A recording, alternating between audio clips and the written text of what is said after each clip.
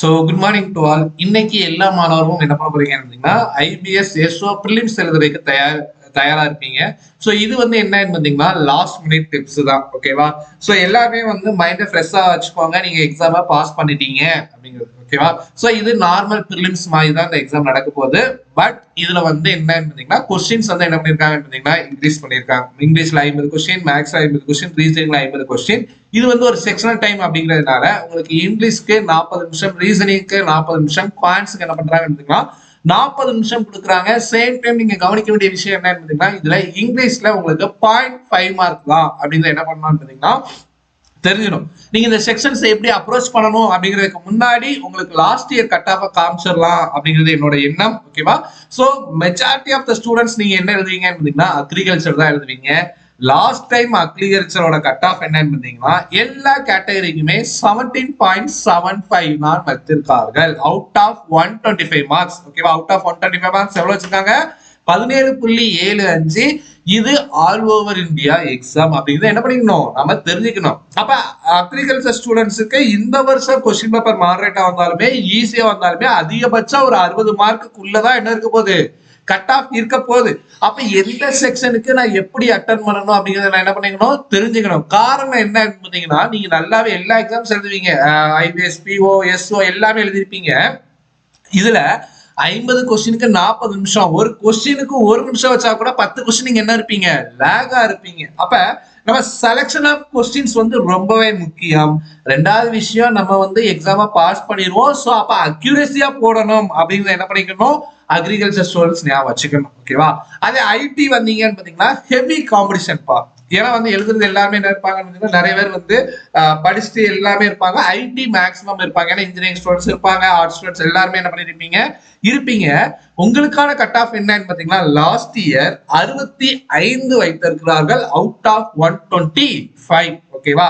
So அப்ப நீங்க தான் என்ன பண்ணணும் பாத்தீங்கன்னா எக்ஸாம் ரொம்பவே கேர்ஃபுல்லா என்ன பண்ணணும், அட்டன் பண்ண வேண்டும்.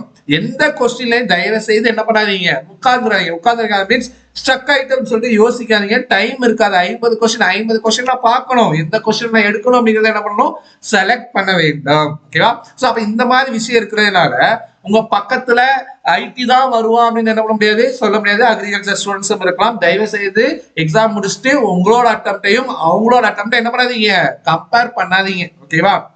சோ காமா எழுதுங்க. பாஸ் பண்ணிட்டோம் இந்த எக்ஸாம் எழுதிட்டீங்கன்னா கண்டிப்பா என்னதுதான், பாஸ் தான். ஓகேவா? சோ இது மட்டும் இல்லாம நாளைக்கு உங்களுக்கு எக்ஸாம் இருக்கு. என்ன சார் எக்ஸாம் அப்படின்னு சொல்லி பாத்தீங்கன்னா ஆர்பி அசிஸ்டன்ட் மெயின்ஸ் இருக்கு. அதே மாதிரி ஐடிபி அப்ளை பண்ணிருந்தீங்கன்னா எழுதுவீங்க. இன்கேஸ் நீங்க ஐடிபி எழுத போறீங்கன்னு பாத்தீங்கன்னா இந்த எக்ஸாம் எஸ்ஓ எழுதுனீங்கன்னு பாத்தீங்கன்னா இந்த எக்ஸாம்ல நீங்க பாஸ் பண்ணிட்டீங்க. செகண்ட் டைம் என்னன்னு பாத்தீங்கன்னா இதை வந்து ஒரு ட்ரையல் எக்ஸாமும் நாளைக்கு வச்சுக்கலாம் அப்படிங்கிறத என்ன பண்ணிக்கணும், நீங்க தெரிஞ்சுக்கணும். ஓகேவா? சோ அதனால கொஸ்டின்ஸை நல்லா கேர்ஃபுல்லா ரீட் பண்ணுங்க, கேர்ஃபுல்லா எக்ஸாம் அட்டன் பண்ணுங்க, அக்யூரசியோட என்ன பண்ணுங்கன்னு பாத்தீங்கன்னா போடுங்க. ஓகேவா? அதே மாதிரி ஒரிஜினல் ஐடி ப்ரூஃப் எடுத்துக்கோங்க. அதே மாதிரி அதோட ஜெராக்ஸ் எடுத்துக்கோங்க, அட்மிட் கார்டு எடுத்துக்கோங்க. போட்டோ 3 அல்லது 4 வச்சுக்கோங்க. ஒரு போட்டோ தான் மேக்சிமம் கேட்பாங்க.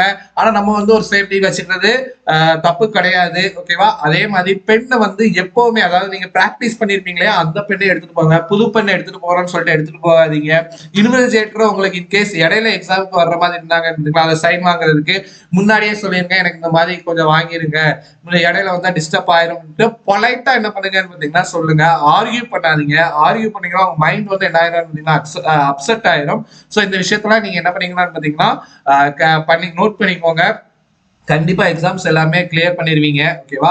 எல்லாத்துக்கும் ஒரு ஆல் த பெஸ்ட். ஓகேவா? ஈவினிங் வந்து நம்ம குட் அட்டெம்ப்ட் எவ்வளவு கட் ஆஃப் இருக்கலாம் அப்படிங்கறத நம்ம என்ன பண்றோம்னு பாத்தீங்கன்னா போடுறோம். நீங்க எக்ஸாம் முடிச்சுட்டு வந்து சார் இவ்வளவு அட்டெம்ப்ட் பண்ணிருக்கோம்னு சொல்லிட்டு நீங்க என்ன பண்ணலாம், வீடியோ கீழே என்ன பண்ணலாம், கமெண்ட் பண்ணலாம். எல்லாத்துக்கும் ஒரு ஆல் தி பெஸ்ட். கண்டிப்பா எல்லாருமே பாஸ் பண்ணுவீங்க. நல்லா பண்ணுங்க. இது ஒரு ஆப்பர்ச்சுனிட்டி. அதுக்கு அடுத்து ஒரு 15 நாள் 20 நாள் உங்களுக்கு வந்து மெயின்ஸ், ஐ திங்க் 17ஆம் தேதி உங்களுக்கு எக்ஸாம்ஸ் இருக்கும்னு நினைக்கிறேன். மெயின்ஸ் எக்ஸாமும் அதையும் பார்த்துக்கோங்க. மேபி இன்னைக்கு அல்லது நாளைக்கு வந்து கண்டிப்பா வந்து உங்களுக்கு ஐபிஎஸ்பிஓ மெயின்ஸுக்கான ரிசல்ட் வர்றதுக்கு வாய்ப்பு இருக்கு. அவன் இதுவரை ரொம்ப டிலே பண்ணது அப்படின்னு சொல்லி பாத்தீங்கன்னா இந்த வருஷம் தான். ஜனவரி 1ஆம் தேதி வந்து உங்களுக்கு வந்து கன்ஃபார்மா ஆர்ஆர்பி பிஓ ஃபைனல் ரிசல்ட்டும் ஆர்ஆர்பி கிளர்க்கோட ஃபைனல் ரிசல்ட்டும் வந்துடும். ஓகேவா? சோ எல்லாம் தொடர்ந்து இந்த ரிசல்ட் எக்ஸாம்ஸ் இப்படிதான் இருக்க போகுது. சோ பார்க்கலாம். Thank you all.